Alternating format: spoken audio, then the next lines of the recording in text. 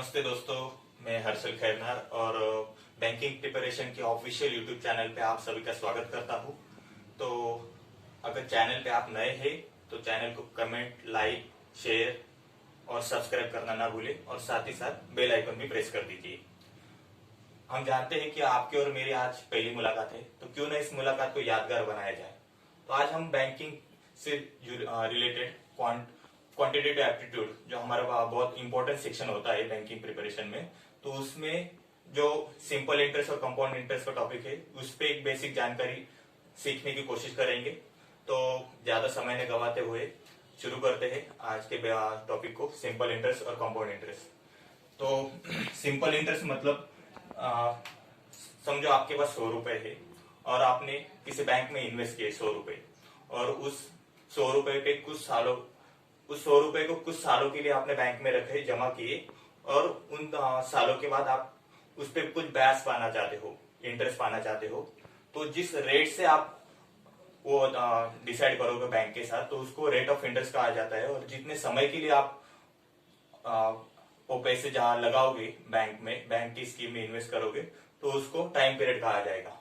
तो वो सालों में हो सकता है, तो उसको हम टी से नोट करेंगे, रेट ऑफ इंटरेस्ट को आर से डिनोट करेंगे, और पी मतलब प्रिंसिपल, जो रकम, जो रुपए हम बैंक में रखने वाले हैं, तो उसको पी यानी प्रिंसिपल से डिनोट करेंगे। तो सिंपल इंटरेस्ट का फॉर्मूला होता है SI equal to PRT upon 100, P for principal, R for rate, T for interest, and rate of interest divided by 100। तो समझो हमने मान लिया कि 100 रुपए हमने बैंक में रखे, रेट ऑफ इंटरेस्ट मान लिया समझो 10 सालों के लिए, रेट ऑफ इंटरेस्ट 10%, और टाइम पीरियड मान लिया 10 सालों के लिए, टाइम पीरियड समझो एक साल के लिए। तो अभी 100 रुपए हमने रखे, तो SI हमारा एक साल के लिए SI कितना हो जाएगा, P कितना है 100 इंटू रेट ऑफ इंटरेस्ट 10 और टाइम पीरियड एक साल डिवाइड बाय 100, तो इज इक्वल टू 100 से 100 कट जाएगा, 10 इंटू 1 इक्वल टू 10, मतलब 10 रुपया आपको 100 पे एक साल बाद सिंपल इंटरेस्ट मिलेगा 10 रुपए, 10% के रेट ऑफ इंटरेस्ट से। अगर यही सिंपल इंटरेस्ट फॉर 3 साल के बाद आपको कितना मिलेगा, 2 साल के बाद कितना मिलेगा, SI फॉर 1 ईयर, ये 2 इयर्स के लिए अगर देखेंगे तो प्रिंसिपल तो सेम रहेगा 100 रुपए, रेट ऑफ इंटरेस्ट भी सेम रहेगा 10%, इंटू टाइम पीरियड 1 की जगह 2 हो जाएगा, divided by 100 is equal to 20, same 100 cut जाएगा, और 10 इंटू 2 20 रुपीज। ऐसे ही हम अगर करते गए तो फर्स्ट ईयर के लिए 10 रुपीज, सेकेंड ईयर के लिए 20 रुपीज, थर्ड ईयर के लिए 30 रुपीज, ऐसे ही 10 साल के लिए अगर करते जाएंगे तो मतलब SI फॉर 1 2 ब्ला ब्ला, ऐसे कंटिन्यू करके 10 साल के लिए 10वें साल में आपको सिंपल इंटरेस्ट मिलेगा 100 रुपए, 10 20, SI फॉर 3 ईयर, 3 इयर्स मिलेगा 30, ऐसे कंटिन्यू करेंगे तो 10 साल बाद हमें मतलब जो प्रिंसिपल था उसी के इक्वल टू सिंपल इंटरेस्ट हमारा 10 साल बाद हो गया, अगर रेट ऑफ इंटरेस्ट 10% है। तो आई बात ध्यान में, अगर रेट, तो इसी को हम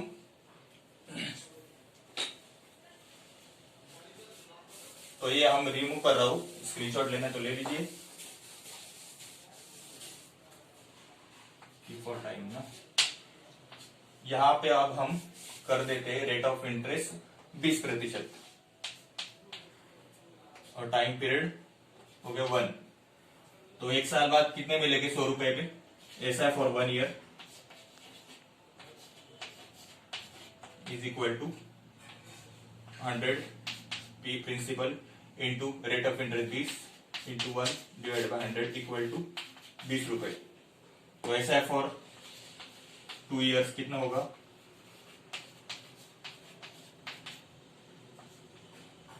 20 इंटू 2 हो जाएगा। कैसे देखिए 20 इंटू, क्योंकि यहाँ पे हम सिर्फ टाइम पीरियड बढ़ा रहे हैं, रेट ऑफ इंटरेस्ट और प्रिंसिपल कांस्टेंट है, तो थर्ड साल, तीसरे साल, 3 सालों बाद हमें सिंपल इंटरेस्ट कितना मिलेगा?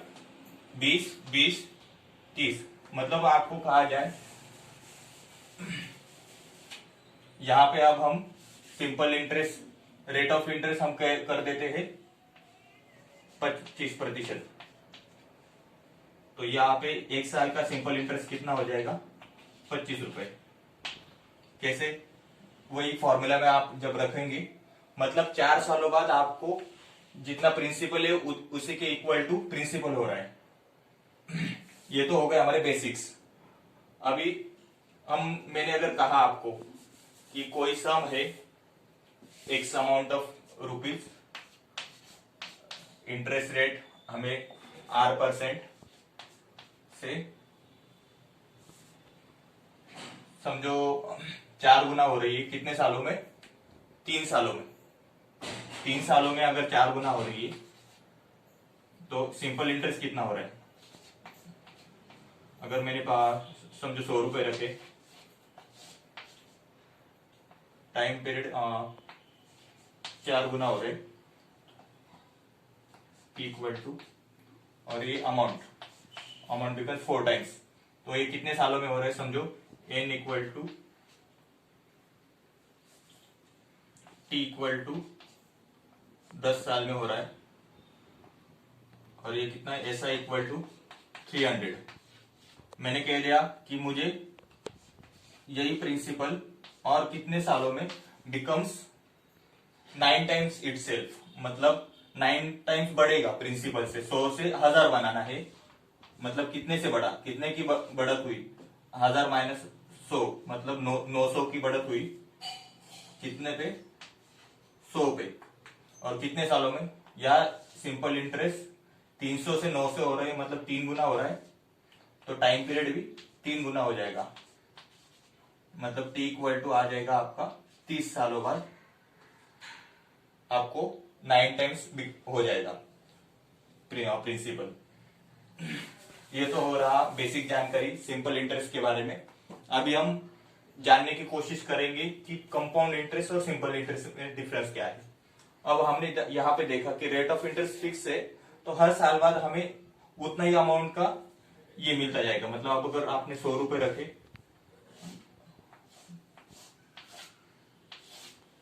1 2 3 4 5, 20% के रेट ऑफ इंटरेस्ट से रखे,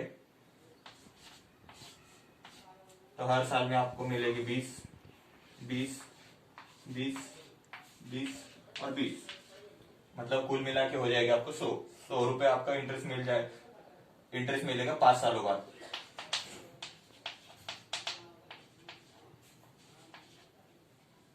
यहाँ पे आपका जो सिंपल इंटरेस्ट है वो हर साल के लिए, मतलब फर्स्ट ईयर के लिए, सेकंड ईयर के लिए, थर्ड ईयर के लिए, फोर्थ ईयर के लिए और फिफ्थ ईयर के लिए सिंपल इंटरेस्ट कांस्टेंट रहेगा।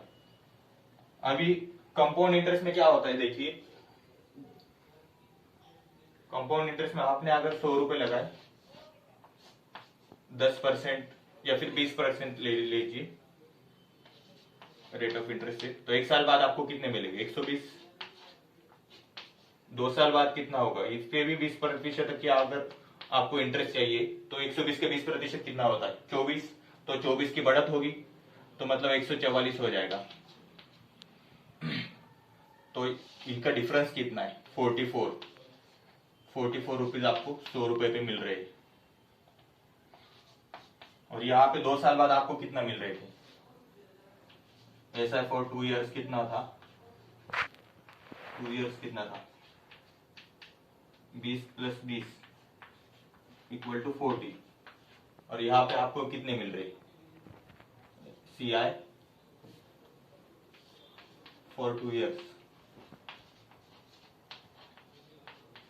Equal to 44। तो मतलब आप कौन से इसमें इन्वेस्ट करना चाहोगे? ऑब्वियसली आप कंपाउंड इंटरेस्ट पे जाओगे जब भी आपको बैंक में पैसे रखने हो। तो अभी कंपाउंड इंटरेस्ट का बेसिक हम जानने की कोशिश करेंगे, ये कैसे आए। तो दोस्तों अभी हम कंपाउंड इंटरेस्ट के बारे में जानने की कोशिश करेंगे। पहले हमने सिंपल इंटरेस्ट के बारे में जाना, तो कंपाउंड इंटरेस्ट का पहले बेसिक फॉर्मूला क्या है वो हम देखने की कोशिश करेंगे। अगर अमाउंट, अगर कुछ सालों बाद हम कंपाउंड इंटरेस्ट पे प्रिंसिपल कुछ अमाउंट रखते हैं बैंक में, तो कुछ सालों बाद वो कितनी हो जाएगी, तो उसका फॉर्मूला है A equal to P into one plus R R upon 100 raise to N. तो यहाँ पे हर टर्म का मतलब समझ लीजिए, ये मतलब अमाउंट जो आपको कुछ साल स्पेसिफिक टाइम पीरियड के बाद आपको मिलने वाली हाथ में, तो वो अमाउंट हो जाएगी।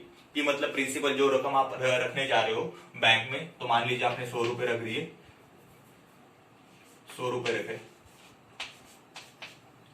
रेट मतलब रेट ऑफ इंटरेस्ट, जैसे हम सिंपल इंटरेस्ट में था वैसे यहाँ पे भी रेट ऑफ इंटरेस्ट रहेगा, किस रेट से आपको ब्याज मिलेगा।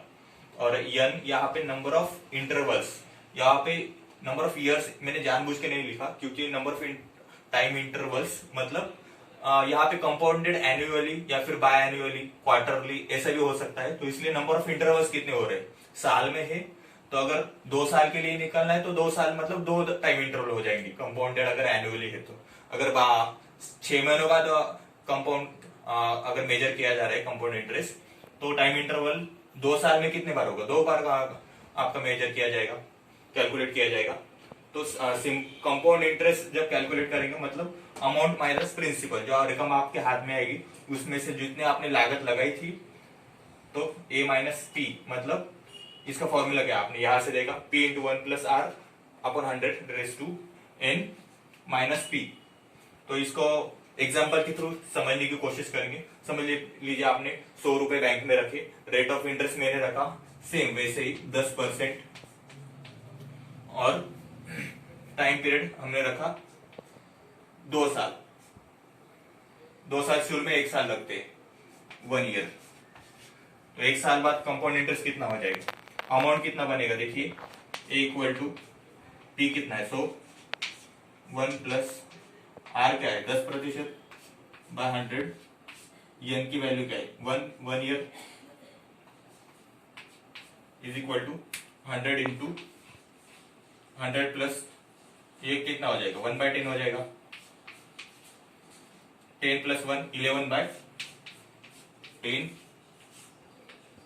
इज इक्वल टू, ये 10 से फिर से कटेगा, तो मतलब 110 रुपए आपको अमाउंट मिलेगी। तो कंपाउंड इंटरेस्ट क्या होगा आपका 1 साल बाद फॉर 1 ईयर, तो वो आ जाएगा 110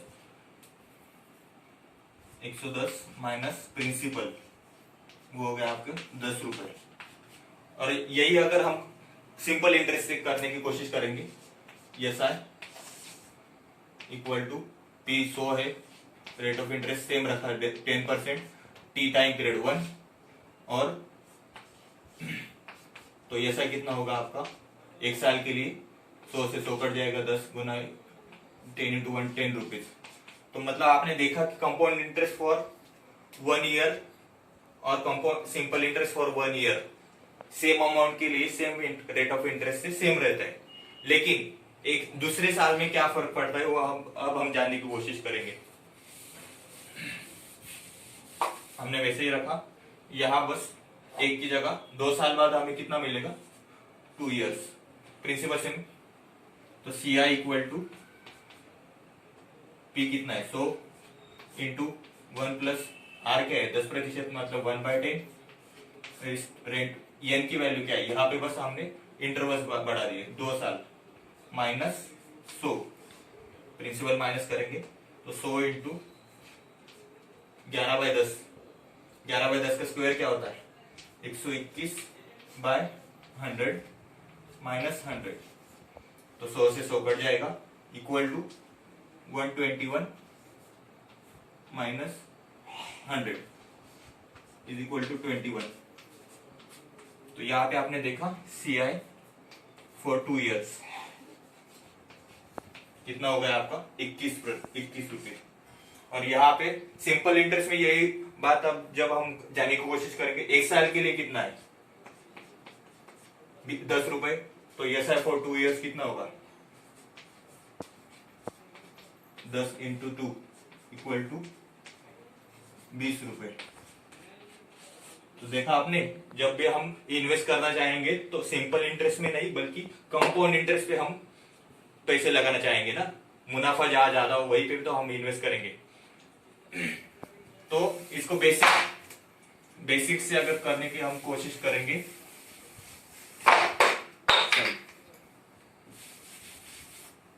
तो रेट ऑफ इंटरेस्ट को अगर हम आर जो है आपका, आर को अगर आप 1/x के फॉर्मेट में अगर लिखने की कोशिश कर सकते हैं, समझो 10% है, या फिर यहाँ पे आप हम बढ़ा देते हैं 20%। तो 20% मतलब कितना, 20/100 इज इक्वल टू 1/5, 20 से कट जाएगा, 20 × 5 1/5। तो ये यहाँ पे x की वैल्यू क्या होगी, 5। तो यहाँ पे हम मान के चलेंगे कि प्रिंसिपल जो है एज्यूम करेंगे हम x² इज इक्वल टू क्या, 5 का स्क्वायर इज इक्वल टू 25। तो एक साल बाद हमें 20% के इससे कितना मिलेगा, 5। सिंपल इंटरेस्ट कितना मिलेगा, 20% रेट ऑफ इंटरेस्ट है ना। CI फॉर 2 ईयर्स जब हम कैलकुलेट करने की कोशिश करेंगे तो फर्स्ट ईयर में ये मिलेगा, यहाँ पे भी। और जब सेकंड ईयर में जब आएंगे हम, तो इंटरेस्ट पे इंटरेस्ट मिलता है। फर्स्ट ईयर के बाद जो इंटरेस्ट मिला इसी पे इसका 20% यानी कि 1। तो यहाँ पे आपने देखा टोटल इंटरेस्ट फर्स्ट रो जो है आपकी, तो CI हो जाएगी, वो SI हो जाएगी, माफ कीजिएगा, SI for 2 years, SI for 2 years हो जाएगा। ये जो है एक जो है आपका वो सेकंड ईयर CI, मतलब सेकंड ईयर के लिए कंपाउंड इंटरेस्ट कितना मिलेगा वो होगा। और टोटल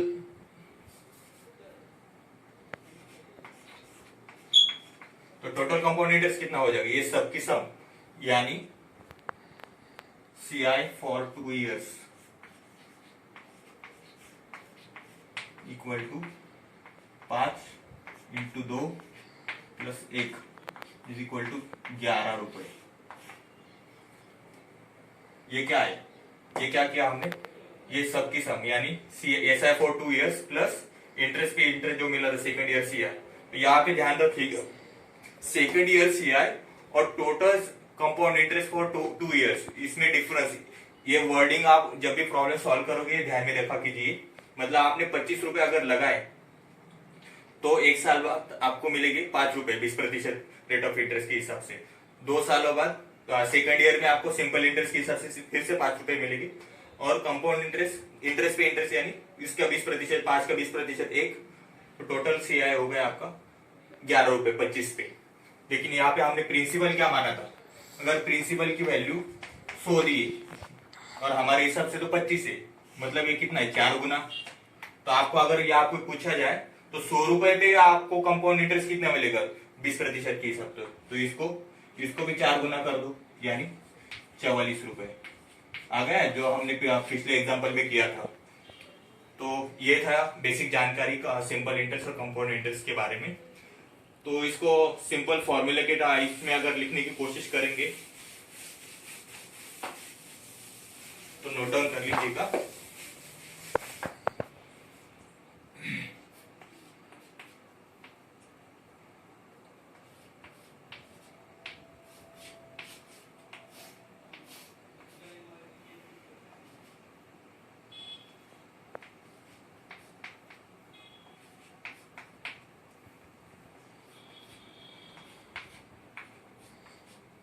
तो ये जो हो जाएगी फर्स्ट रो जो भी आएगी आपकी, तो ये SI हो जाएगा for 2 years,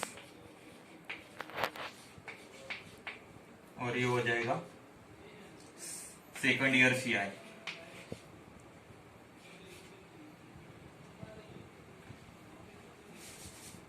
sorry CI minus, माफ कीजिएगा, यहाँ पे CI minus SI for 2 years आएगा। ये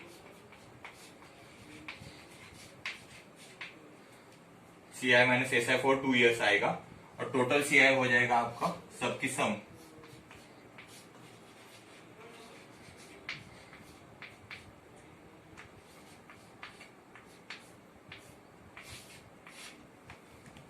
ओके डन। तो नमस्ते दोस्तों, मैं हर्षल खैरनार और आज हम ट्रिक ऑफ द डे आपको बताने की कोशिश करेंगे। तो जब भी आपको ऐसे प्रॉब्लम्स आते हैं, जब किसी संख्या का 5 गुना करना हो या फिर डिवाइड बाय 5 करना हो किसी संख्या को, तो जल्दी से कैसे करना है तो आप जान लीजिए। अगर किसी संख्या को आपको 5 गुना करना है तो जल्दी से उसको 5 गुना करना है तो उस संख्या को आधा कर दो। मतलब 32 का आधा हो जाता है 16, लिख दिया और उस पे एक जीरो बढ़ा दो, हो गया। तो मतलब देख लीजिए आप 32 इंटू 5 160 आएगा। क्रॉस चेक कर लेते हैं। 5 इंटू 2 0, 5 इंटू 2 10, यूनिट प्लेस में 0 आ गए, 1 कैरी हो गए। 5 इंटू 3 15, 15 प्लस 1 15 और 1 16, 160 बराबर आ गए। अब देखिए 100, अब ये बड़ा नंबर है 198 इंटू 5, तो इसका आधा क्या होगा 101। ये नंबर कोई किसके पास है 200 के पास, मतलब इसका आधा हो जाएगा 199 हो जाएगा। 99 इंटू 5 मतलब 99 हमने लिख दिया और आगे एक जीरो बढ़ाना है बस। देखा तो कितने मतलब आसानी से यहाँ पे आप अगर क्रॉस चेक करना चाहते फिर से कर सकते हैं कैलकुलेशन पे। 8 इंटू 5 8 5 40, 4 कैरी, 5 9 45, 45 पर 4 49, 4 कैरी, 5 इंटू 1 5, 5 प्लस 4 9, 990। वैसे ही 74 इंटू 5 करना है तो 74 का आधा कितना होता है 74 का आधा 37, तो 37 और आगे एक जीरो हमने बढ़ा दिया। 88 इंटू 5 करना है तो इसका आधा क्या होगा 44, एक जीरो बढ़ा दिया। अब ये हो गया इंटू 5 करने का तरीका। अब हम जानने की कोशिश करेंगे किसी संख्या को अगर 5 से डिवाइड करना है, तो मान लीजिए इस 23 को 5 से डिवाइड करना है, तो यहाँ पे आपको डिवाइड करना है तो इसको ऊपर वाली संख्या को दुगना कर दो। मतलब 23 का दुगना कितना होता है 46, और यहाँ पे हमने एक जीरो बढ़ाया था ना, इंटू 10 किया, तो यहाँ पे एक 10 से डिवाइड कर दो, मतलब यूनिट प्लेस पे डेसिमल लगा दो 4.6। क्रॉस चेक करके देख लीजिए 23 आएगा। अब इसको 5 से डिवाइड करना है, इसका आधा, इसका दुगना कितना हो जाएगा 132 का दुगना 13 दूनी 26 और 2 दूनी 4, 264। एक घर या इधर आना है, लेफ्ट की तरफ हमें घूमना है, तो 132/5 होगा 26.4। ऐसे ही इसको 254 को 5 से डिवाइड करना है, तो इसको दुगना कर दो 250, 500 और 4 दूना 8, 508 हो जाएगा। और एक डेसिमल इसके बाद डेसिमल लगा देना, मतलब 50.8 करोगे आप इंटू 5 हो जाएगा। 144/5 करना है सेम तरीके से, तो इसका दुगना 144 का दुगना 288 और एक घर के बाद हमें डेसिमल लगा देना है। तो ये थी ट्रिक ऑफ द डे। मैं आशा करता हूं कि ये ट्रिक आपको बहुत हेल्पफुल रहेगी आगे जाके भी क्वांट के मतलब सिंप्लीफिकेशन अप्रोक्सीमेशन करने के लिए। तो जारी रखते हैं हमारा ये सिलसिला। Thank you so much.